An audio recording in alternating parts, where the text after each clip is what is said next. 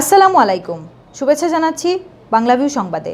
সাথে আছি আমি সাকলিন হক। প্রথমেই শিরোনাম। সিলেট কোম্পানিগঞ্জ ভোলাগঞ্জ সড়কে যাত্রা শুরু করেছে সাদা পাথর ট্যুরিস্ট বাস সার্ভিস। যাত্রী সেবায় নামানো হয়েছে 21টি নন এসি ও 5টি এসি বাস। খালেদা জিয়ার মুক্তির দাবিতে সিলেটে বিক্ষোভ মিছিল ও সমাবেশ করেছে বিএনপি। সরকারের বিরুদ্ধে ষড়যন্ত্র ও টালবাহানার অভিযোগ। আটাপ সিলেট অঞ্চলে নির্বাচনে 6 পদের মধ্যে 4টিতে সম্মিলিত ফোরাম ও 2টিতে গণতান্ত্রিক ঐক্যফ্রন্ট প্রার্থী বিজয়ী। বুদ্ধিজীবী দিবসে সিলেট স্মৃতিসৌধে দেওয়া শ্রদ্ধাঞ্জলি রাতের আধারে চুরি করে বিক্রি। জেল রোড ফুলের দোকান থেকে উদ্ধার। ছাতকে মসজিদের মুয়াজ্জিন ইয়াকুব আলীর হত্যাকারীদের গ্রেফতার ও দৃষ্টান্তমূলক শাস্তির দাবিতে সমাবেশ। কুলাউড়ায় অনুষ্ঠিত হয়েছে মুক্তিযুদ্ধভিত্তিক কুইজ প্রতিযোগিতার পুরস্কার বিতরণী।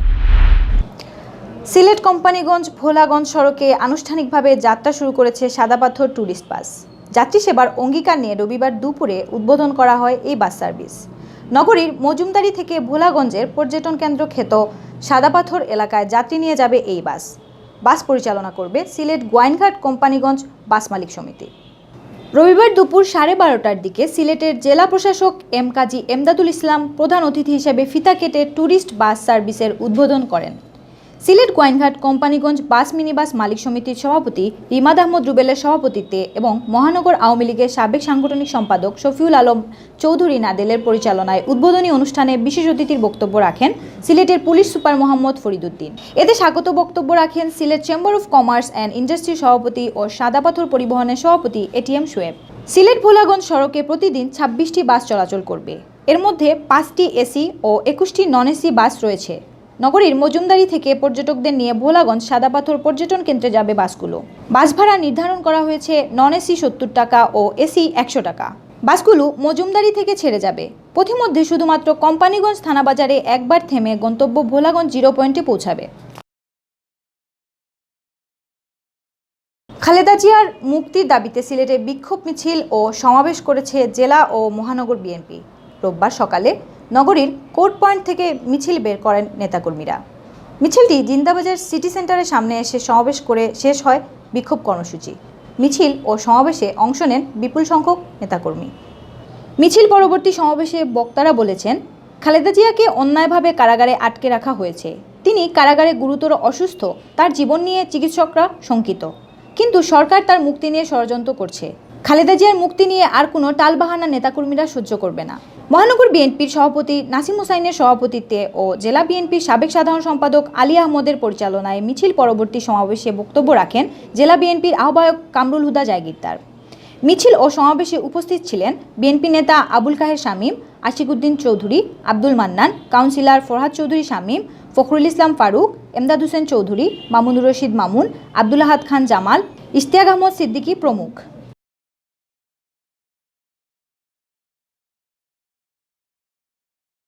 Association of travel agents of Bangladesh ATAB Sylhet অঞ্চলের নির্বাচন সম্পন্ন হয়েছে। নির্বাচনে 6টি পদের মধ্যে 4টিতে বিজয়ী হয়েছে সম্মিলিত ফোরাম ও 2টিতে জয়লাভ করেছে গণতান্ত্রিক ঐক্যফ্রন্ট। সংগঠনের জিন্দাবাজারস্থ অফিসে শনিবার সকাল 9টা থেকে বিকেল 4টা পর্যন্ত টানা ভোট গ্রহণের পর রাতে ফলাফল ঘোষণা করা হয়। রবিবার সকাল থেকে আটাপ সদস্যরা উৎসবমুখর পরিবেশে ভোট দিতে জিন্দাবাজারের গ্যালারিয়া শপিং সিটিস্থ সংগঠনের কার্যালয়ে আসেন। শান্তিপূর্ণভাবে তারা বিকেল 4টা পর্যন্ত ভোট প্রদান করেন। গণনা শেষে রাতে ফলাফল ঘোষণা করা হয়। এবার নির্বাচনে সম্মিলিত ফোরাম ও গণতান্ত্রিক ঐক্যফ্রন্ট নামে 2টি প্যানেলে প্রার্থীরা অংশ নেন। নির্বাচনে সম্মিলিত ফোরাম থেকে 4 জন ও গণতান্ত্রিক ঐক্যফ্রন্ট থেকে 2 জন প্রার্থী বিজয়ী হন। সম্মিলিত ফোরামের বিজয়ীরা হলেন খন্দকার ঈশ্বর আহমেদ রকি, আবুল কাশেম আহমেদ, মোহাম্মদ শাহাবুদ্দিন ও মোহাম্মদ আবদুল্লাহ। আর গণতান্ত্রিক ঐক্যফ্রন্টের বিজয়ীরা হলেন মোহাম্মদ ইসমাইল হোসেন কয়েস ও মোহাম্মদ শামসুল আলম।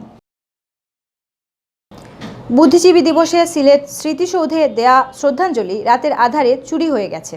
চুরি করে ফুলের দোকানে নিয়ে যাওয়ার সময় লোকজন শ্রদ্ধাঞ্জলিগুলো উদ্ধার করেন। অভিযোগ উঠেছে স্মৃতিসৌধের পাহারাদারি শ্রদ্ধাঞ্জলিগুলো চুরি করে ফুলের দোকানে বিক্রি করেছেন। এ নিয়ে সচেতন মহলে ক্ষোভের সঞ্চার হয়েছে। শহীদ বুদ্ধিজীবী দিবস উপলক্ষে শনিবার সকালে বিভিন্ন সংগঠনের পক্ষ থেকে চৌহাট্টাস্থ স্মৃতিসৌধে শ্রদ্ধাঞ্জলি নিবেদন করা হয়। রাত 11টার দিকে শ্রদ্ধাঞ্জলিগুলো ভ্যানে তুলে নগরীর জেল রোডস্থ মাধবী পুষ্পকেন্দ্র নামের একটি ফুলের দোকানে নিয়ে আসা হয়।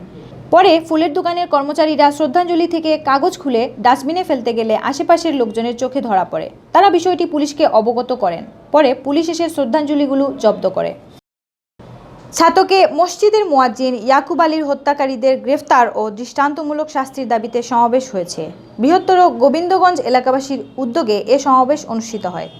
সমাবেশ থেকে বক্তারা অবিলম্বে ইয়াকুব আলীর খুনি চিহ্নিত সন্ত্রাসীদের গ্রেফতারের দাবি জানান। তারা এ ব্যাপারে প্রধানমন্ত্রী ও স্বরাষ্ট্রমন্ত্রীরও হস্তক্ষেপ কামনা করেন। শনিবার বিকেলে সিনিয়র আইনজীবী আবুল কালামের সভাপতিত্বে এবং আশরাফুর রহমান এনাম ও আতাউর রহমান ইমরানের পরিচালনায় অনুষ্ঠিত প্রতিবাদ সমাবেশে প্রধান অতিথির বক্তব্য রাখেন ছাতক উপজেলা পরিষদের সাবেক চেয়ারম্যান অলিউর রহমান চৌধুরী বকুল। এতে বিশেষ অতিথির বক্তব্য রাখেন গোবিন্দগঞ্জ আব্দুল হক স্মৃতি কলেজের উপাধ্যক্ষ মহিউদ্দিন, সৈলা আফজলাবাদ ইউনিয়নের সাবেক চেয়ারম্যান শামসুউদ্দিন কাসামিয়া ও এলাকার প্রবীণ ব্যক্তিত্ব মুজিবুর রহমান। সমাবেশে বক্তারা বলেন, গত 6 নভেম্বর বিকেলে মসজিদের মুয়াজ্জিন ইয়াকুব আলীকে সন্ত্রাসীরা প্রকাশ্যে খুন করেছে, কিন্তু এখনও খুনিরা ধরাছোঁয়ার বাইরে রয়েছে। এলাকার শান্তিশৃঙ্খলা বজায় রাখতে অবিলম্বে খুনিদের গ্রেপ্তার করে দ্রুত বিচার ট্রাইব্যুনালে তাদের শাস্তি নিশ্চিত করতে হবে। মৌলভীবাজারের কুলাউড়ায় অনুষ্ঠিত হয়েছে মুক্তিযুদ্ধ ভিত্তিক কুইজ প্রতিযোগিতার পুরস্কার বিতরণী।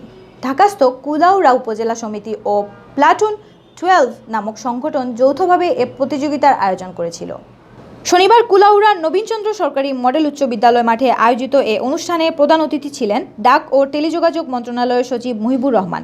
এম আব্দুর রউফের সভাপতিত্বে অনুষ্ঠানে বিশেষ অতিথি ছিলেন মৌলভীবাজারের জেলা প্রশাসক নাজিয়া শিরিন, কুলাউড়া উপজেলা নির্বাহী officer ATM Farhad Chowdhury, AC land Nazratun Naim Khan. মেধা বিকাশ ও ক্যারিয়ার গঠনে এরকম কুইজ প্রতিযোগিতার প্রশংসা করেন অতিথিরা।